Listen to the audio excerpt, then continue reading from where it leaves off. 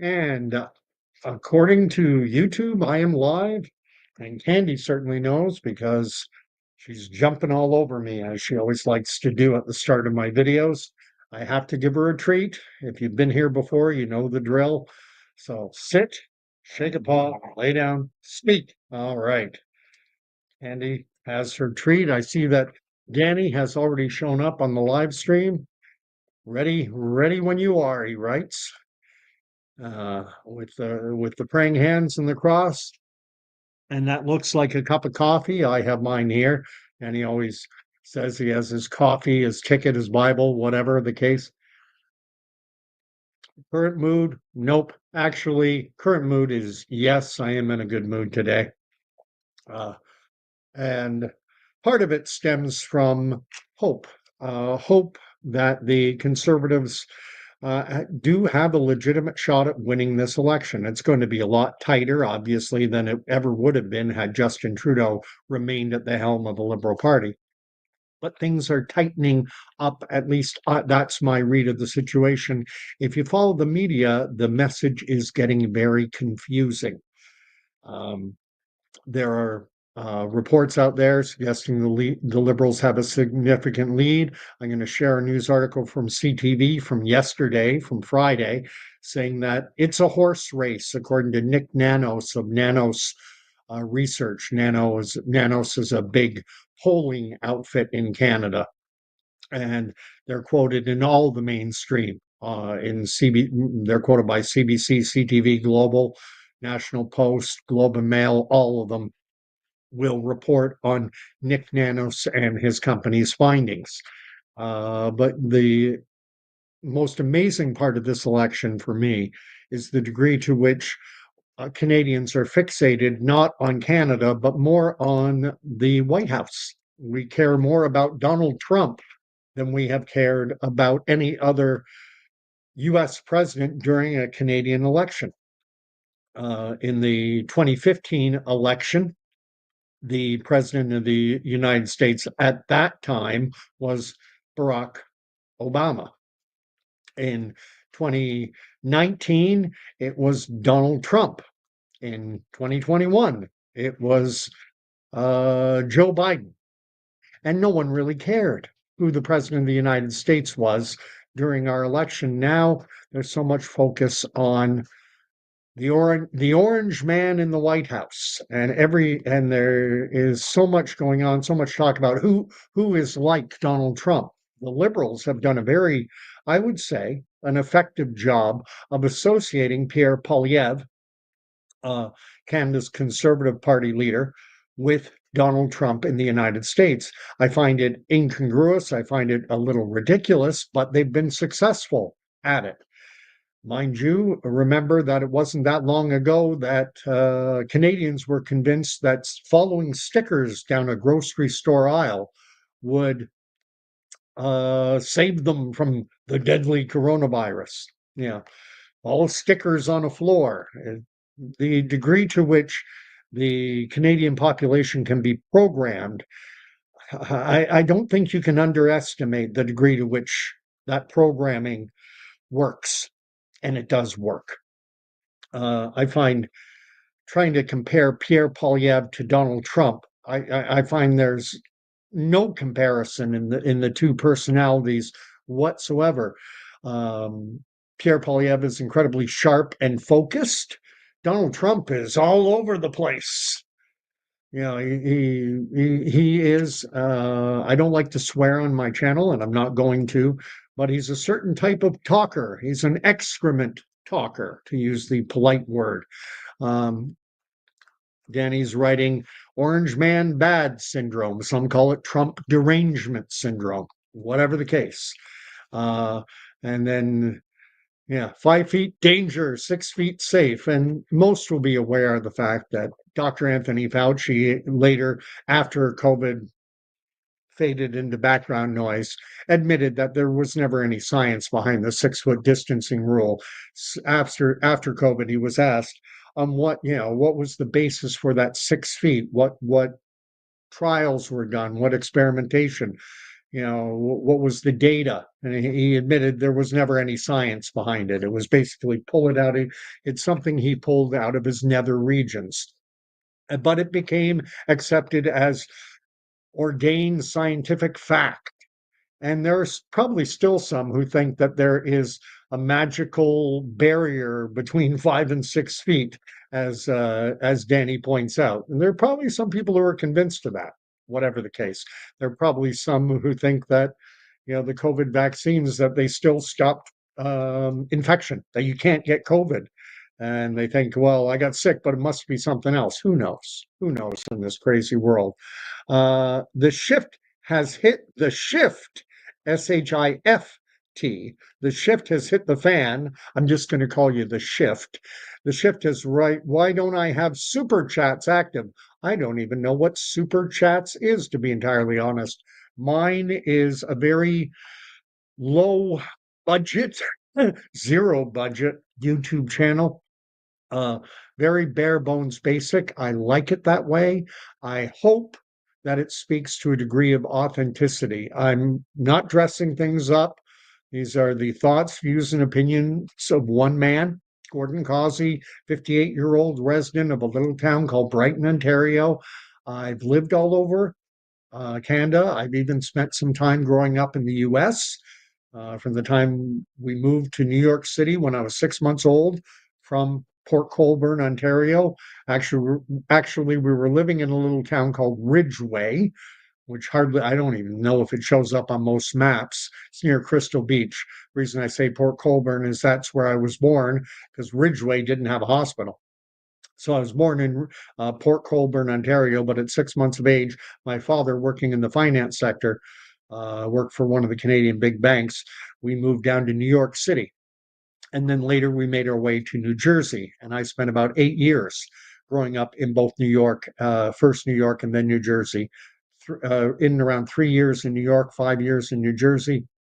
And then we spent 1 year later, when I went into grade 6, I spent in Portland, Oregon. But I've also lived in North Bay, in Toronto, in Durham region, in Burlington, in Kingston. I spent 3.5 years, 3 ans et demi dans la ville de Québec, 3.5 years living in Quebec City. That was a military posting. I requested to be posted to Valcartier because I wanted to améliorer ma français. I wanted to make my French better. So anyway, what's the shift writing? A super chat lets your viewers send you dollars so their replies are read during your live stream. It also allows your subscribers to support your work.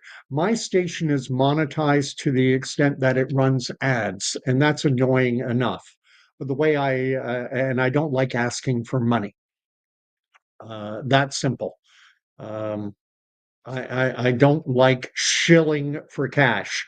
I've rationalized, and that's what it is. It's a rationalization. I allow ads on my channel now because I know that YouTube, Google, it's a business and that they're generating revenue. And if people are coming to my station, as a number are right now, to watch my videos, that YouTube is generating revenue from that. So if they let a few nickels, dimes, and quarters, and sometimes the odd loony or toonie drop through the cracks and fall into my hand, fair enough. So at any rate, I don't like, this individual's a paid subscriber, a paid member. I'm very liberal minded in that respect. Funny thing to hear from a guy who's politically aligned for the moment right now with the Conservative Party of Canada and Pierre Poilievre. But it is what it is. I do consider myself a classic liberal thinker. I believe in the rule of law. I believe in freedom of speech. Classic, what are considered classical liberal values. What's interesting now in today's world, liberals quite often attack free speech. They think that free speech should be limited. They're too afraid of misinformation and disinformation. What's ironic is that so often the purveyors of misinformation and disinformation are liberals themselves. Hence, what I just spoke about, the 6 foot distancing rule, which Anthony Fauci has since admitted he basically made it up.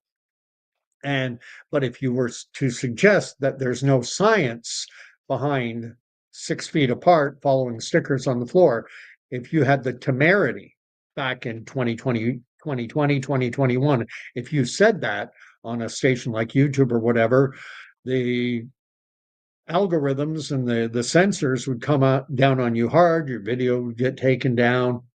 Of course, now we know that so many of the things that were presented to us as scientific fact during COVID actually were fiction. I mean, the most obvious one is the origin story for the bat to the human in a wet market in Wuhan, China. And that's been no proof. No proof. They scoured bat populations all over the world looking for the SARS-CoV-2 virus, where it originated. Couldn't find one. And now the expert opinions of guys like Luc Montagnier, who was a Nobel Prize winner, I say was because he passed away. Luc Montagnier, Nobel Prize winner from France, virologist, studies viruses for a living, won a Nobel Prize because his lab identified the HIV virus, the virus which causes AIDS. He won a Nobel Prize for that, and he chimed in on SARS-CoV-2 very early. And after having looked over the genetic sequence of it, he said this could not, in his expert opinion, occur naturally. This shows man-made manipulation. This shows evidence that it was created in a lab. And that was his expert opinion, and he got trashed for it. So, again, he's saying that something is common sense, really. I'm not sure what. The Shift is writing that you don't have to ask. We want to give dollars to you because we love your work and want to support you to help you grow. You have a strong message and giving you. It's occurred to me, and initially I wasn't going to monetize. I may do it in the future. The Shift. I've actually thought of just putting in my descriptions, setting up I guess it's a GoFundMe. I've seen other YouTubers do this and just leaving that on the bottom and not talking about it. But anyway, appreciate you being here, The Shift, and thank you for the support. Thank you for the encouragement. Genuinely appreciated. Throwing your voice out there into the public discourse can be a little daunting. For it's just, thankfully, it's part of my God-given personality. I am not a shy person, and I've spoken about this before, and I think it's because my experience growing up, my entire life, I'm used to being the outsider. So it doesn't make me uncomfortable to be an individual who refuses to go along with the herd. And it served me very well during COVID when so many people just simply, a lot of people just simply went along with the herd. They just said, well, everyone's doing it. So, I don't want to stand out. I don't want to buck the trend. I don't want people giving me stink eye. I don't want anyone attacking me.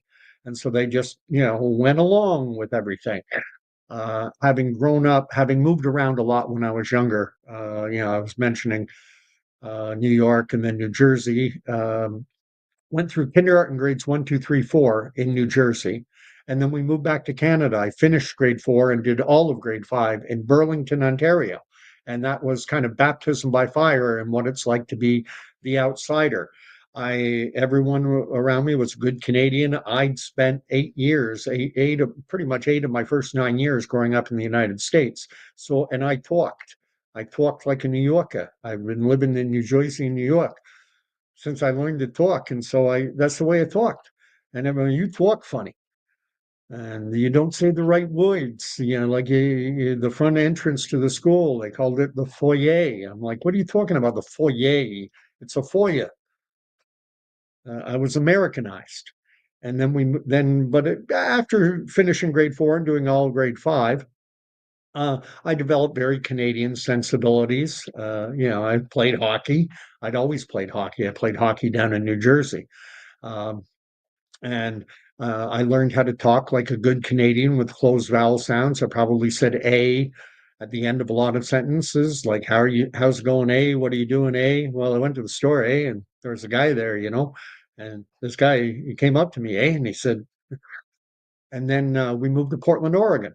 And there I found out again, I was the outsider. I didn't talk right. I would say, "Oh, sorry about that." And they'd go, "Sorry, sorry, sorry. What do you mean sorry? It's sorry, sorry." I'm like, "Sorry? Sorry? Really? Isn't that an Indian woman's dress?" And then we moved back to when I was 12, and I've been a Canadian resident ever since, a permanent Canadian resident ever since. So Canadian born, but I spent a good chunk of my young years growing up in the United States. But from the age of 12 onward, been a permanent resident of Canada, served in the Canadian Armed Forces, etc. And so it was somewhat ingrained to me from a very early age that it's okay to go against the grain, to not follow the herd in everything, to be different. Anyway, and Danny's writing, being a classic liberal is common sense. Of course, I'm going to agree with that. And Black Sheep Rule, Cryptomeria has shown up. Good to see you, Cryptomeria.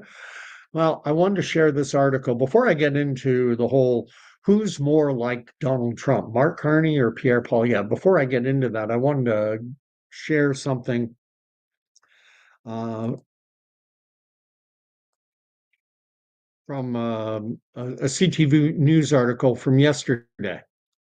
And again, this is from the 11th, from yesterday. It was written, it's right there, published April 11th, 2025. So just yesterday, this came out.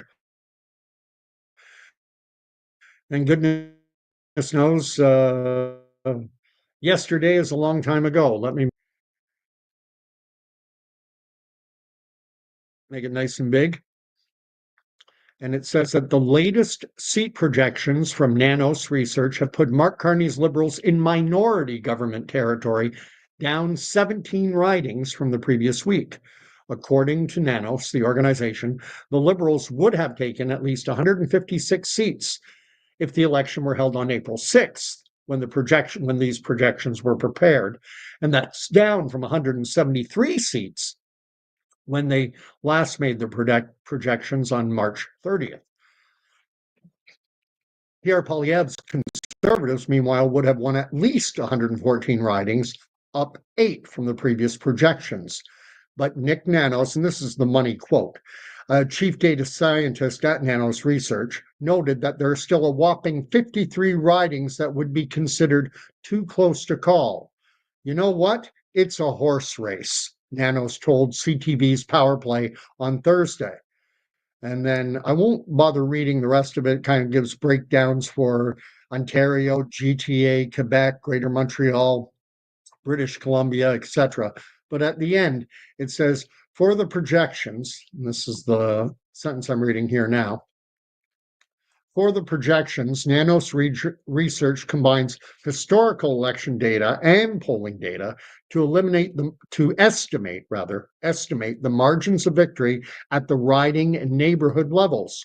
The model, and I find this a bit spurious, the model correctly predicted 86% of federal ridings in the 2019 federal election. I'm going to stop sharing now.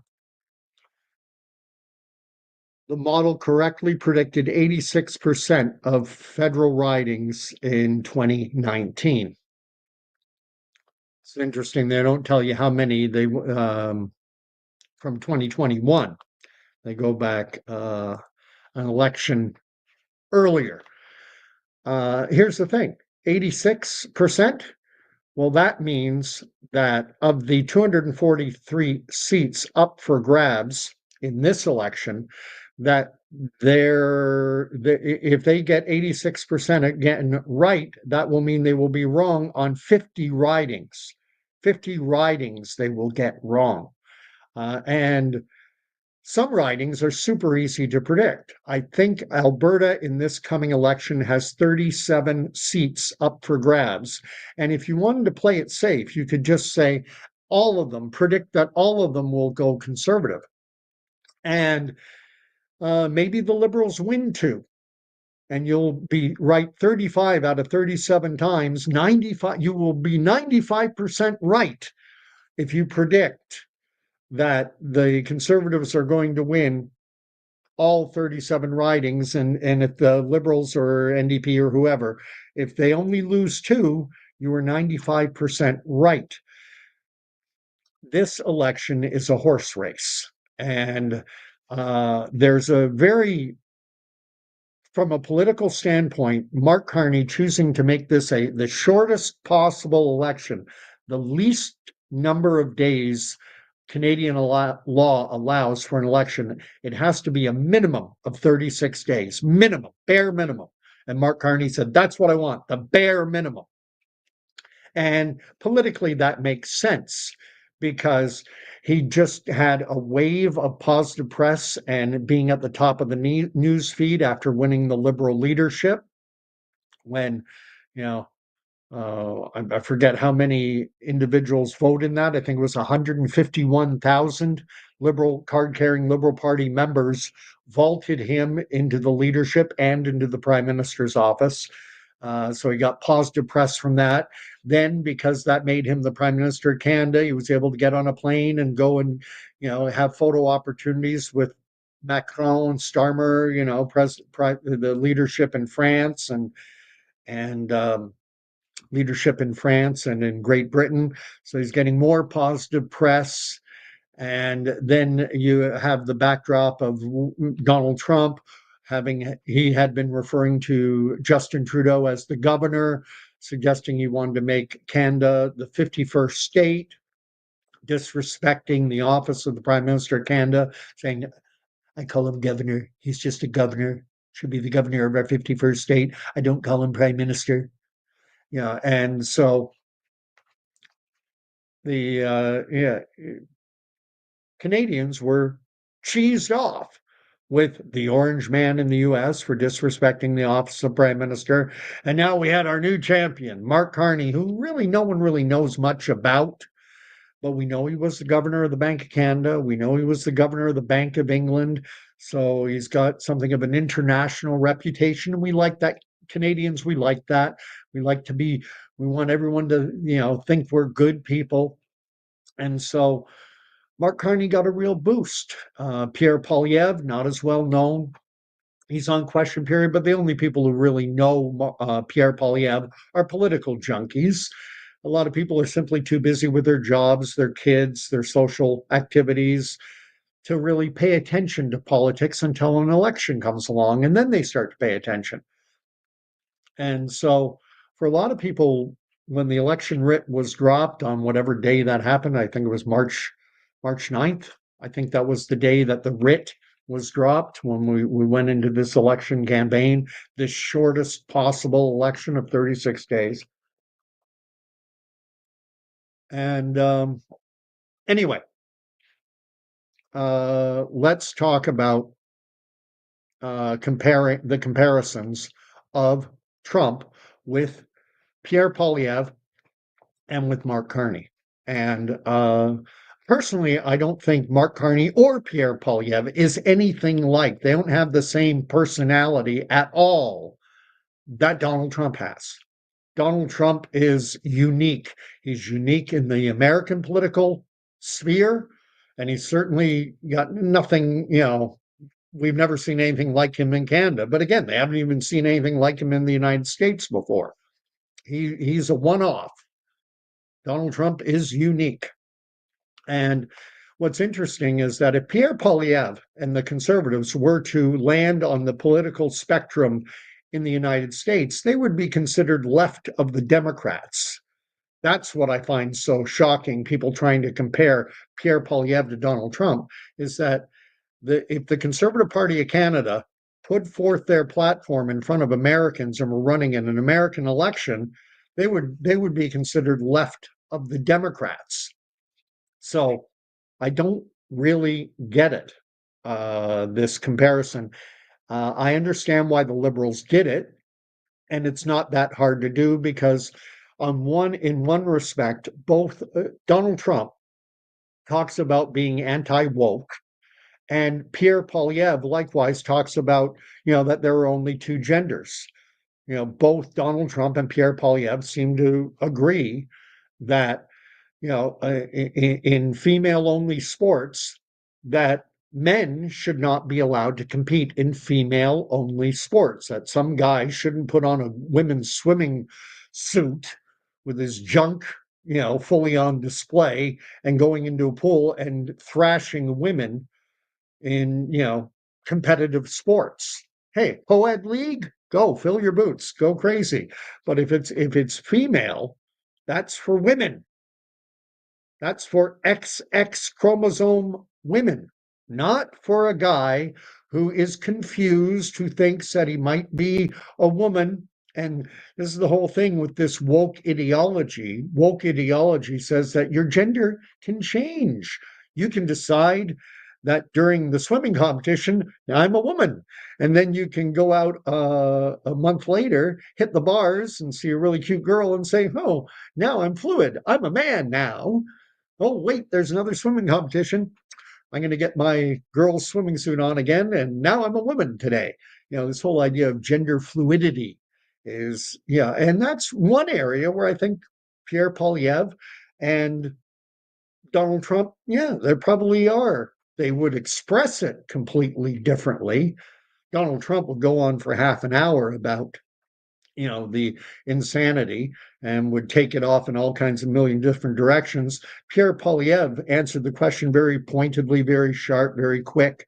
He was on a liberal podcast, and the guy said in the US, Donald Trump is saying there are two genders. What are you like Trump?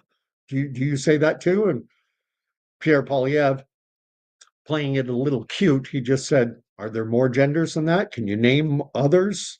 And Pierre said, I only know of two, male and female, but if there are others, throw them at me and I'll tell you what I think. And the liberal podcaster didn't know what to say. He was like, well, Pierre's just like, hey, if you've got more than male and female, if you've got other genders to throw at me, go ahead, and I'll tell you what I think.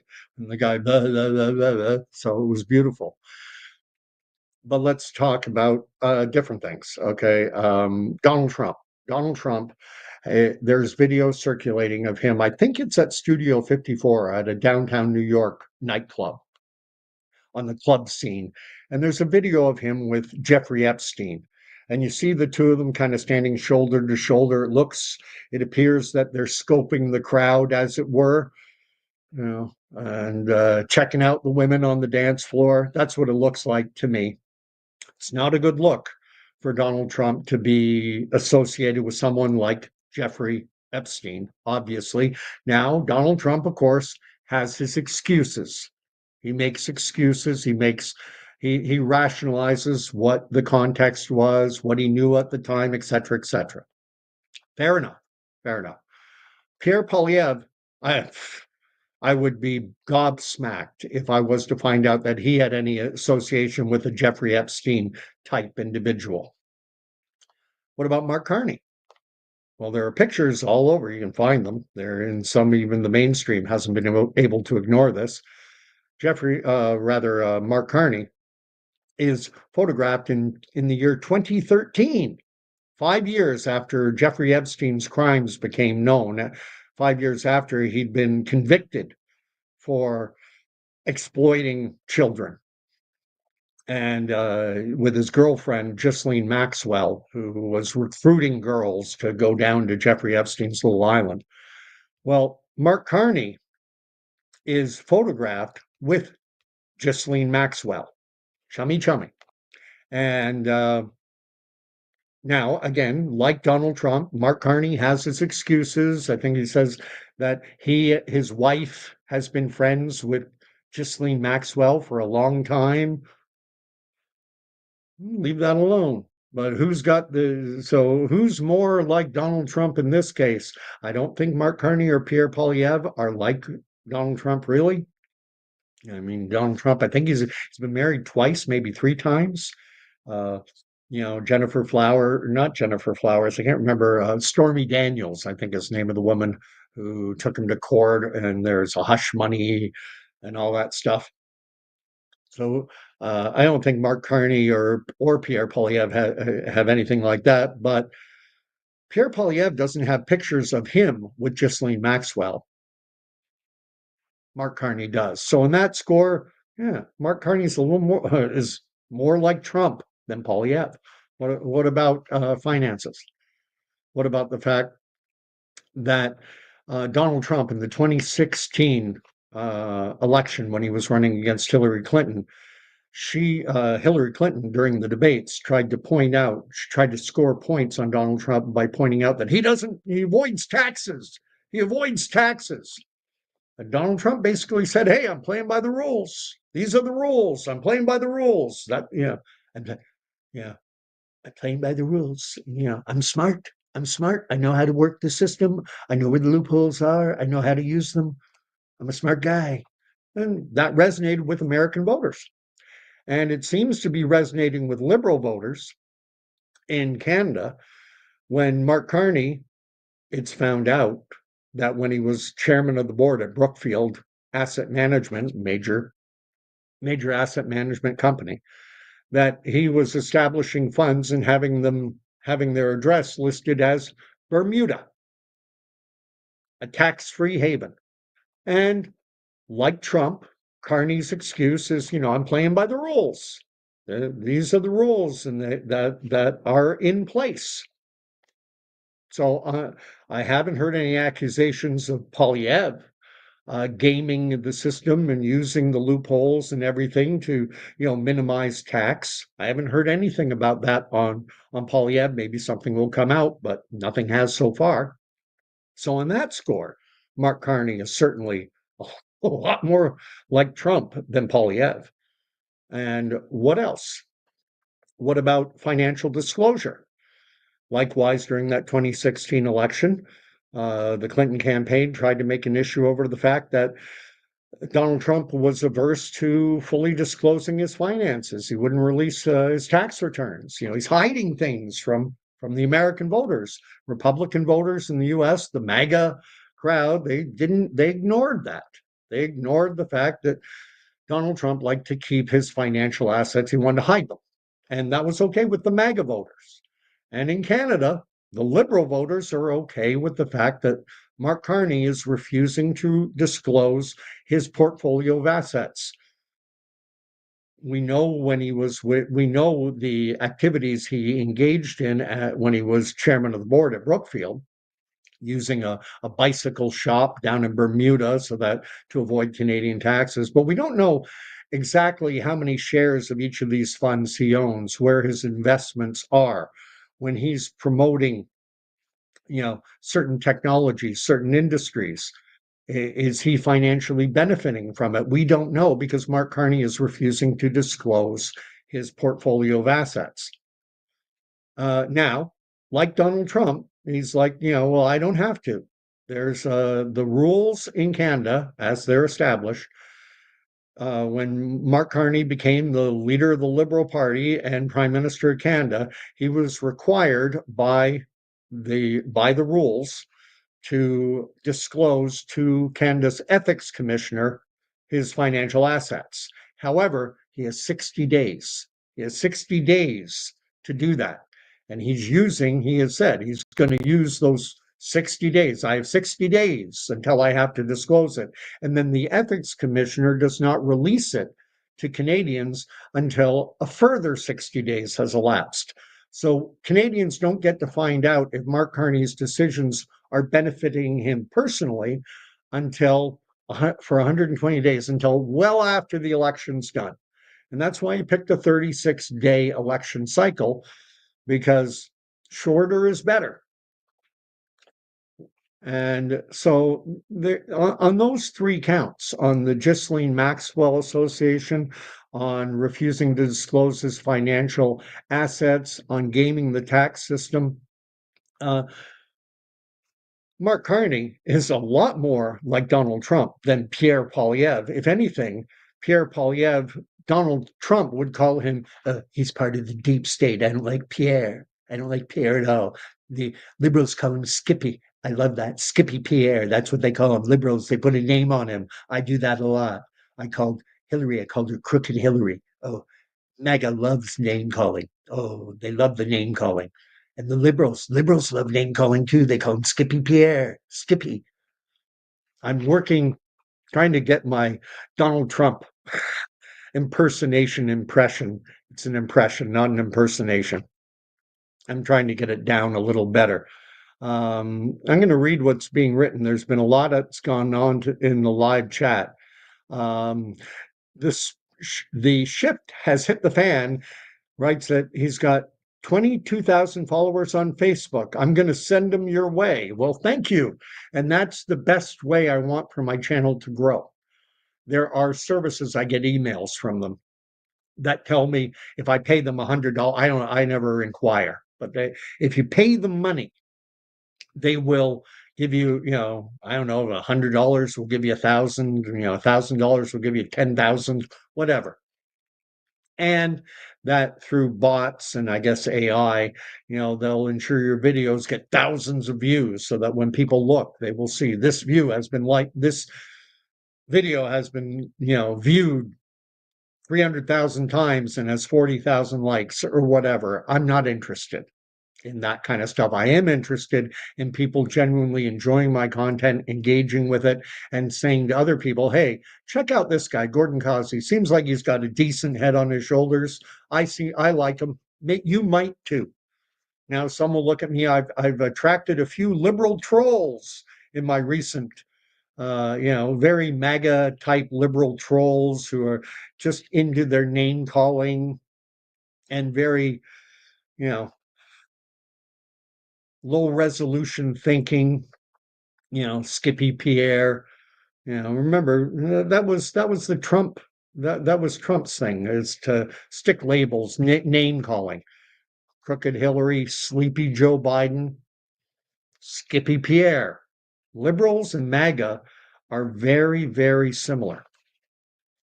And I like what Cryptomeria writes, be a shepherd, not a sheeple. Try. We can at least try. I had this conversation. I was at work. Many will know. I don't mention the name of my current employer, but I'm now working in the retail sector. I had been in the military until June of 2021, and the communications branch, working for a radar station up 17, 18 kilometers from where I live now. Spent 6+ years working at a ComSend. That was my posting after I was in Quebec City.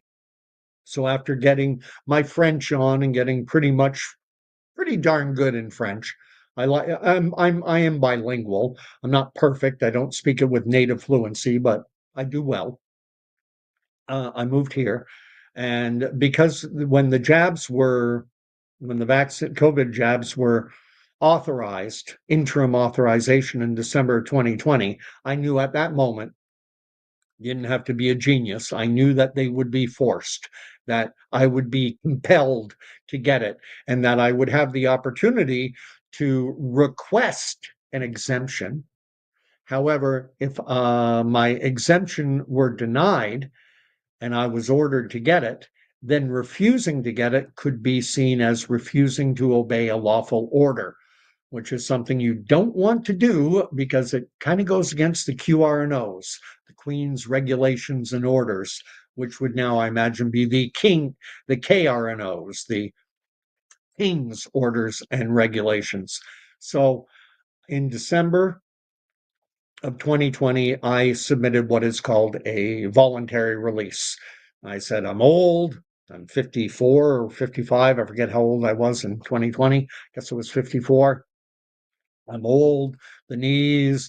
My wife has health issues. I got a young son. Da, da, da, da. It's time for me to go. And 6 months later, my release was granted. And that's standard. That's standard in the military, Canadian Armed Forces. When you request a voluntary release, the bureaucracy it takes 6 months. I had to go from my warrant to the major, from the major to the lieutenant colonel, from the lieutenant colonel to the colonel, and then it had to go on to Ottawa, and then Ottawa had to okay it. 6 months later, June 1st, I was released. Got my certificate Certificate of service up on the wall over there. So maybe someday I'll show it to you. Nah. Certificate of service, and I was out. And then in May of 2022, and I can't remember whether I started working in this retail establishment in February, March, April, or May. It was sometime in that time range, 3 years ago now. I started working in a large retail establishment. And getting back to the point of this long digression, I saw a gentleman, Peter, and his wife Jane came in.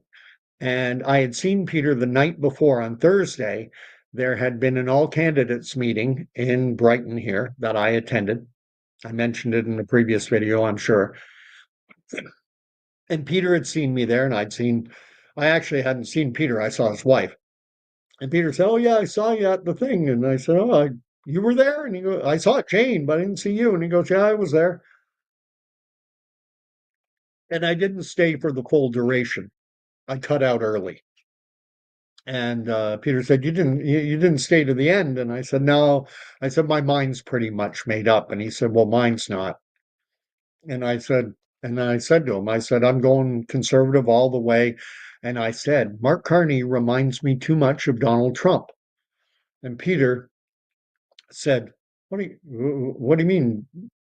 Mark Carney reminds you of Donald Trump?" And I said, "Yeah." And I proceeded to enumerate to him all those points that I just mentioned, how Mark Carney sets up investment funds down in Bermuda to avoid taxation, how he won't disclose his financial assets, about his pictures with Ghislaine Maxwell, how he reminds me very much, at least in action, not in his personal demeanor, not in the way he talks, but his actions strike me as being very Trump-like.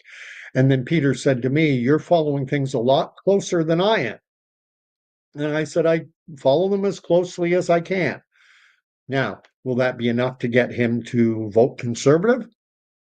Hopefully. Hopefully I planted a seed. Hopefully he'll go and check and see that I'm not just talking out of my rear end. I'm not just making this stuff up about the bike shop in Bermuda that is the address for Carney's funds when he was with Brookfield Asset Management. I didn't even bring up the fact of Carney moving the head office from Toronto to New York. Well, and actually, in point of fact, to be perfectly clear on it, the office moved after Carney had left Brookfield. But before leaving, Carney had sent a letter to the shareholders urging them to approve the move that he was proposing, that he and the board of directors had voted in favor of. They needed approval. So Carney led the board of directors, and they all said, "Yes, let's move from Toronto to New York City," but they needed shareholder approval before they could do it. So then a letter was sent to the shareholders, signed by Mark Carney, telling them why we want to move these high-paying jobs in Canada, why we don't want them in Canada, we want them down in New York City. And the shareholders approved what Mark Carney wanted. But the actual move didn't take place until after. And that's, he's playing fast and loose. Well, that happened after I left Brookfield. Give me a break, Mark. Come on. And now Mark Carney is being accused of something I've been saying from the start. I said it would be a shadow campaign. I had been saying is running a shadow campaign, and now it's in the mainstream that Carney is being accused of taking. I can't campaign today. Remember Trudeau? It was always, "I got COVID again.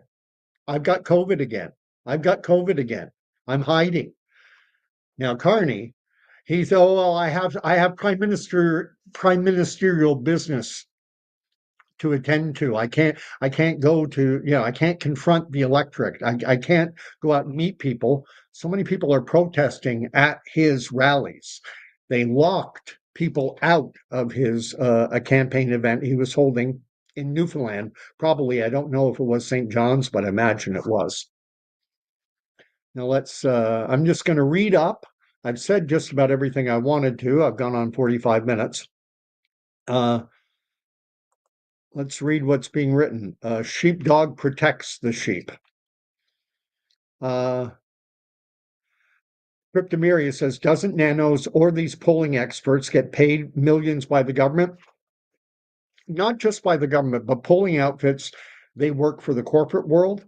They work for the political world. They are employed by the political parties. And so getting things right is important to them.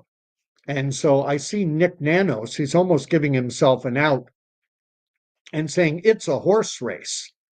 It is a horse race, and it is a horse race. So much is going to be dependent on Ontario. Ontario will determine this election. And it's primarily going to be the area in and around Toronto, the ridings in and around Toronto. Great downtown Toronto, where you've got the limo driving socialist types who, in their Gucci suits, guys like Jugmeat saying the Liberals and the NDP will do fine. Well, the Liberals are going to do fine in downtown core Toronto, but the outlying areas is going to be that's going to tell the tale. If the Conservatives can do well in the 905 region, they will have a very good chance of forming government. I think in any case, right now, if I had to make a prediction right now, I think it's razor thin between a conservative or a liberal minority. And goodness knows we do not want another liberal minority. They've had a minority since 2019. We've had 10 years of liberal rule, doubling of housing costs, increase in crime, immigration through the roof, upwards, getting up and around 1 million people a year, basically adding a province every year over the Trudeau years. Now, just before the election was called, just before he resigned as Liberal Party leader, Justin Trudeau reduced the immigration levels. He said, going forward, we're going to scale it back now because an election is coming.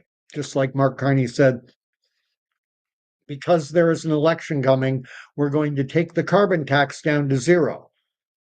And I'm going to replace it, he says, later with a new carbon tax that will be leveled directly at the corporate sector, and they can just build it into their price and pass it on to you and me. So if you're enjoying, I got gas today in Shannonville, Tyandanega, Mohawk Reserve. I think it was $1.09, $1.09 a liter in and around there. In town here, it's $1.25. Go on to the reserve, $1.09. Enjoy those cheap prices now. If Carney's Liberals get back in, then once he applies the new carbon tax at the corporate level, well, the price is going to go screaming back up. And Cryptomeria thinks the pollsters are experts, like she's a royal princess.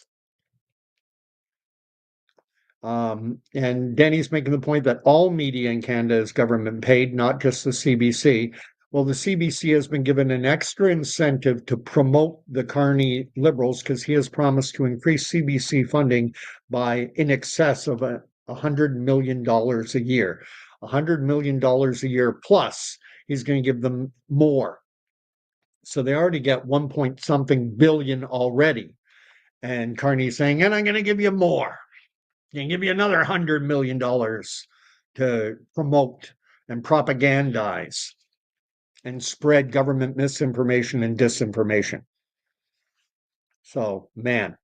And to Danny's point, CTV, Global, Toronto Star, Can West, all the media companies, mainstream, legacy media outlets, there's a fund. It's in around $400 million a year is spread out amongst them. So if you're with CanWest Global, if you're with Bell Media, which owns CTV, well, then the Poilievre-led Conservatives have pledged to end the subsidization of news outlets. So that they're not going to be friendly. They're not going. That would be if they were to attack Mark Carney. That's biting the hand that feeds. They got to play cute. They got to appear to be, that they'll say the odd negative here and there. They'll pepper in three positives with the negative, and that way they can later say, "See, we were negative. We're doing our job." But they do it in such a way as to accentuate the positive, diminish the negative, but still point out a negative, and that way play the game. They're playing the game of trying to appear to have a semblance of journalistic integrity, which they do not. So anyway, let me see. The shift is writing, "You're about to get a bunch more subs, my guy," talking about, hey, I won't say no, because I know that the more subscribers, the more views, the more likes, the more commentary on the videos, the greater my exposure. It helps the algorithms. I've had 20 plus people watching tonight, which is amazing. And I'm grateful. Thank you. Very much appreciated. And Danny's calling cryptomeria, you have to, if that's how someone identifies, you have to go with the way a person identifies, Your Highness. Danny's writing that Trump and Poilievre both know there are two sexes. The biggest issue we have is the confusion between personality type and gender. An individual, a guy can have what are typically seen to be female personality traits. That doesn't change their gender.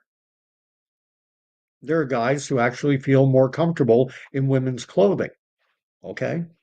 Always has been. This is nothing new. Go to the book of Ecclesiastes in the Bible. It says there's nothing new under the sun. And that was written, probably 2,500 years ago, 2,500 years ago. 2,500 years ago, King Solomon was saying there's nothing new under the sun. 2,500 years later, there's still nothing new under the sun.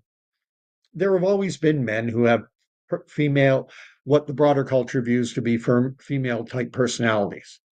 Personality is a spectrum. Gender is binary. It's male, female, XXXY. End of story. And Danny's writing, woke joke. Airworks has shown up. Good to see you back. Trump had a better excuse than Carney. On which one?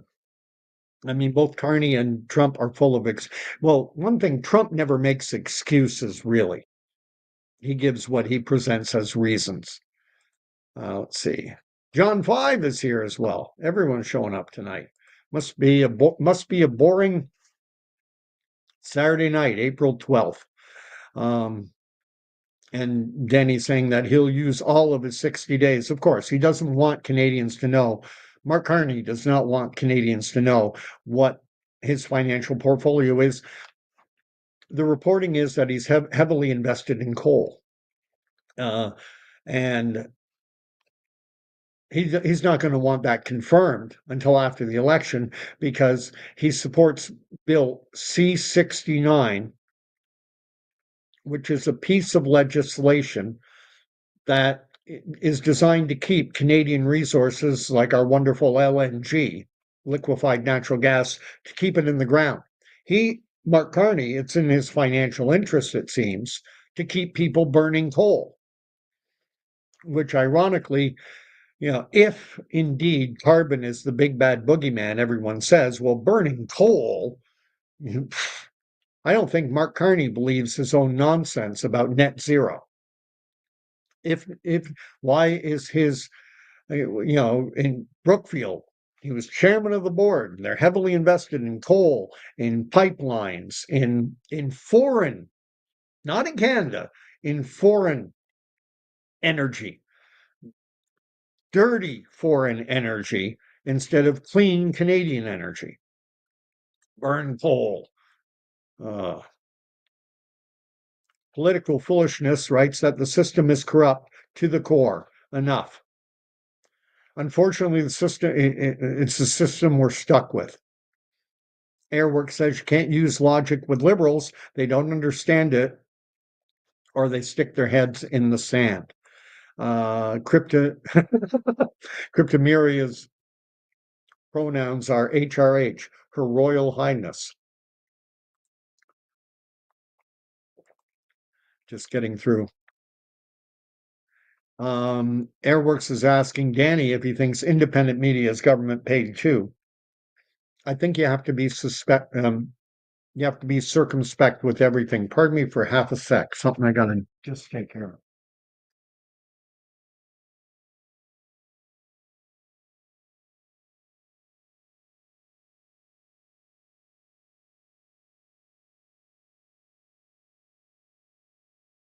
Take note of when that happened, about the 55-minute mark, and I can edit that out. One thing I want to point out about the independent media is that you have to be very discerning with that too. The notion of controlled opposition is real, and I have my misgivings about Rebel News.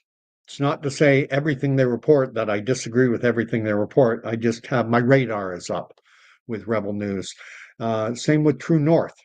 Never was a big fan of that guy Lawton, but at the same time, he says some good things too. I do like the Western Standard more. And a big part of the reason why I like the Western Standard is they exposed the propaganda and the misinformation and disinformation of the COVID era very well in the case of a 14-year-old Alberta child who died of stage 4 terminal brain cancer, and Alberta Health Services tried to blame COVID for this kid tragically dying of, like the singer from the tragically hip Gord Downey, who died of glioblastoma, I think it's called, brain cancer. This kid had stage 4 terminal inoperable brain cancer, and they knowing that this kid was going to die soon, and he was in palliative care, end of life care, like on a morphine drip, just trying to keep him comfortable because cancer is an insidious disease, especially in a child. And they subjected this child to a PCR test 2 days before his fully expected passing, and then they tried to blame it on COVID. And the CBC, CTV Globals of the world did no investigation. They did no journalistic work whatsoever. They just, Dina Hinshaw said, and they gave it to the world. Dina Hinshaw said that the child had underlying health issues, but it was still a COVID death. And the media actually was angry. The media at that press conference was going, "Why are you mentioning that he has underlying health issues? That'll make people that the COVID deniers are just going to jump all over that. Why are you even mentioning it, Dina?" And as it turned out, the child had two sisters who went to CBC, CTV Global. They said, "You're lying about it's our brother you're talking about." And he didn't die of COVID. He had terminal stage 4 inoperable brain cancer. He was in end of life care, palliative care. Why are you lying about our brother? And CTV, CBC Global, the mainstream ignored them. But the Western Standard ran the story, and people started sharing that article, Facebook, Instagram, Twitter, everywhere. It was spread like wildfire. And you wonder why, after that, the government came out, the Trudeau Liberals, Mark Carney Liberals came out, and they made it illegal for Canadians. I forget the name of the law. I forget what the number of the bill is, but Canadians can no longer share news stories on social media networks like Facebook. You wonder why. And do we want another 4 years of this nonsense, of this garbage? Poilievre and the Conservatives have pledged to repeal these draconian free speech censoring bills. So, and he better if he is elected, he better make good on it. Because I'm not myself personally, I'm not a partisan type voter. I haven't voted Conservative every single election. I voted Liberal. I voted NDP. I voted Conservative. I've even voted PPC. So, um,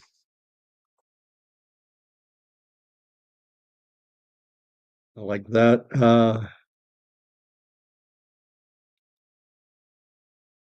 And Danny's saying that Rebel has said that they will refuse any subsidies from the government. Cryptomeria tried to enlist and sucks at algebra. Creative accounting, I'm a wizard. I can cook the books like the best. Very good. David likes something, and good to see you here, David. I don't think I've seen your name before. Um, yeah, that's not a thing to say to a recruiter if you're going into a Canadian Forces recruitment office. Don't say that you suck at algebra, but you're great at lying creative accounting. Um,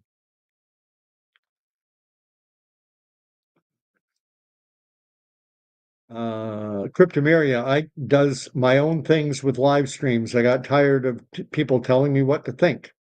And I'm here to tell you what I think. I'm not here to tell you what to think. And I'm fully open. If anyone ever wants to reach out to me on the description to this video and all my videos, if you go to if you click on English Frog, Gordon Causey, however it's written down there, and it gives you a description of the channel. My email address is there. It's Canadian Soapbox at gmail.com, because that's kind of what I do. I get up on my soapbox. And if you want to come on the live stream and go at me and have a debate, I'd love to meet a liberal minded individual, someone who thinks Mark Carney would be the best prime minister for Canada. I'm fully open. Bring it on. And Danny is also ex-military. He was with a Scottish regiment, if memory serves, in Montreal. No way that he would enlist, though, in today's woke joke military. I got out before the woke virus hit. As I was leaving in the last couple of years before I got out, uh, when you had your PDRs, your PERs, your evaluation reviews being written, it was being suggested that those writing them use gender neutral pronouns like they and their. And I told Z, that's what we called them, and the guy, he was going to be writing mine. And I said, if you use they or their, I'm going to file a complaint because I do not suffer from multiple personality disorder. I'm one person. I'm a he, I'm a him, obviously. He said, don't worry, I'm not playing that game.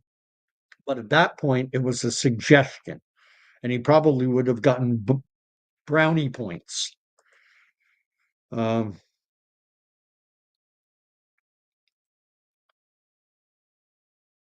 and it is. I actually know an individual who went from being male to being female. Uh, did the full Monty, full Monty. Uh, and I like what Danny is writing, and it's something this world needs to get back to more and more, is to our Judeo-Christian roots. We pulled up the anchor and our ship is drifting all over the place. Jesus is forever king. Uh,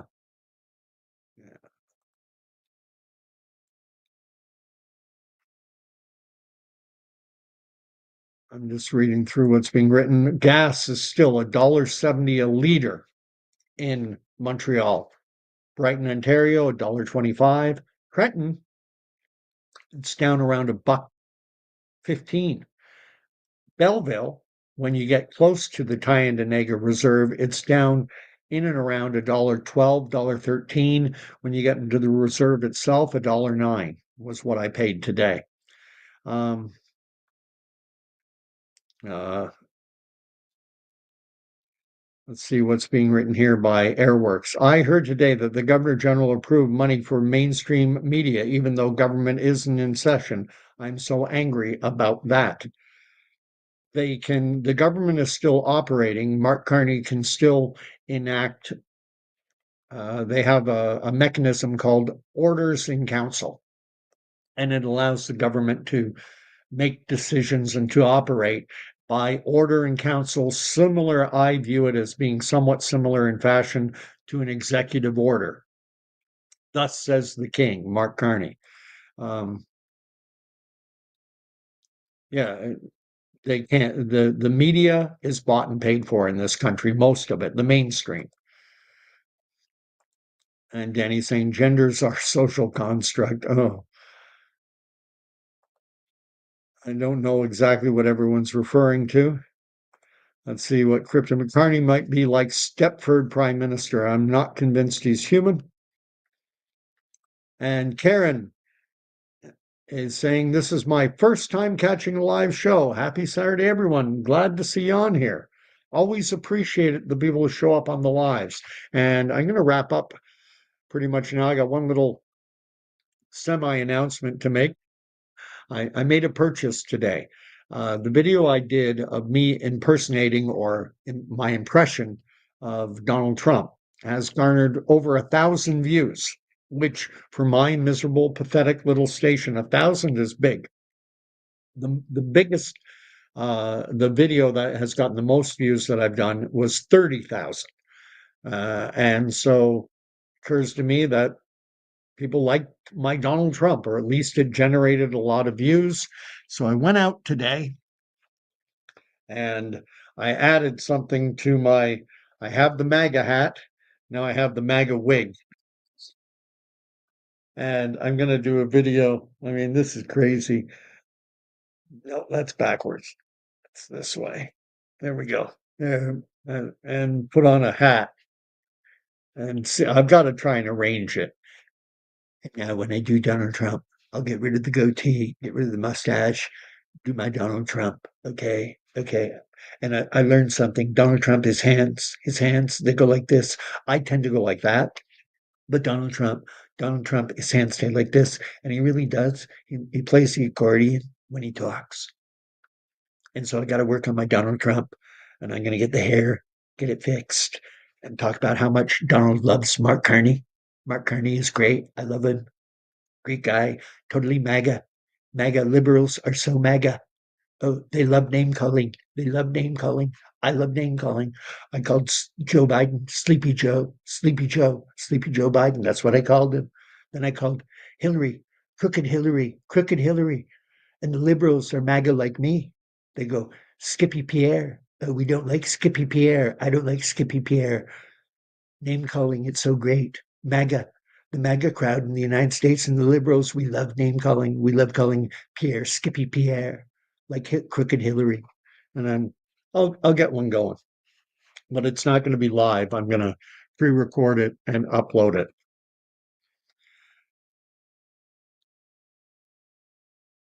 And like what's being written. Oh, thank you, Airworks. Oh boy. Karen, yeah, please, thank you. I do appreciate everyone hitting the like button. As I say, I'm going to wrap it up. Love the hat and the hair. Well, I'll get a video up with it on and have a little bit of fun because we need to have some fun. But at the end of the day, I'll end with an encouragement. This, according to Nick Nanos, in that article I shared right off the bat, quote unquote, what did Nick Nanos say? Nick Nanos, head of Nanos Research, one of the biggest polling outfits in Canada, said, you know what? It's a horse race. That's a quote. Quote, you know what? It's a horse race. End of quote. It is a horse race. And that's why conservative minded Canadians, we need to be loud. We need to be bold. We need to get our talking points down, like I did with my friend Peter and his wife Jane. You know, compare Mark Carney with all of Donald Trump's worst attributes. Go for it. And you can do it. Talk about Donald being, pictures of Donald Trump with Jeffrey Epstein, pictures of Mark Carney with Ghislaine Maxwell, Epstein's partner in crime, who's in jail right now. Good look, Mark. Talk about him registering funds down in Bermuda. Isn't that a Trump-like move? talk about the fact that Trump wouldn't, divulge his finances, wouldn't show his tax returns. Mark Carney, same thing. Same thing. They've tried to stick this Maple Maga label on conservatives. Well, it's Maple Maga Mark Carney, and the liberals are MAGA. They have a herd mentality, and you're not going to dissuade a liberal, someone who's dying the wool, who doesn't know the difference between a boy and a girl, who thinks Mark Carney walks on water, leave him be. But there are a lot of people out there on the fence, and we need to talk to all of them. And Airworks is saying, wishing she could talk calmly to liberals. I can, because I don't hate liberals. I don't hate them. In a lot of cases, it's simply the case where people are too busy to look at anything other than the nightly news. They've got their jobs, they have their family, their social commitments, everything else. There's so much going on in people's lives that what they do is they take a half an hour out of the day. That's their day. They carve themselves out an hour or so to watch the news, and they think they're being informed. And the news is telling them your source for credible information, and taglines such as that. And if you say something often enough, safe and effective, safe and effective, safe and effective, if you say something often enough, it embeds itself in the subconscious mind. And so people have heard, your credible source for news, your trusted source for news. And they hear it over and over again. Well, I can trust them. They told me. Anyone who tells you, I'm your credible source for trusted news, if they have to tell you, it's a lie. Anyway, God bless. Going to end it there. And I'll end it with the blessing I always like to end off my videos with from the book of Numbers. May the Lord bless and keep you. May the Lord make his face to shine upon you, and may the Lord grant you peace. Look, there'll be a video getting uploaded in the next day or two of me doing a Donald Trump. Hopefully I can do a good job. Hopefully maybe next one will get 2,000 views, maybe 10. Who knows? I'd love to break my record. And to, I know, The Shift, who was commenting earlier. Appreciate your support. Appreciate all your suggestions, and I appreciate the promotion. And that's equal for everyone. So God bless, and we'll see you all in a night or two. Cheers.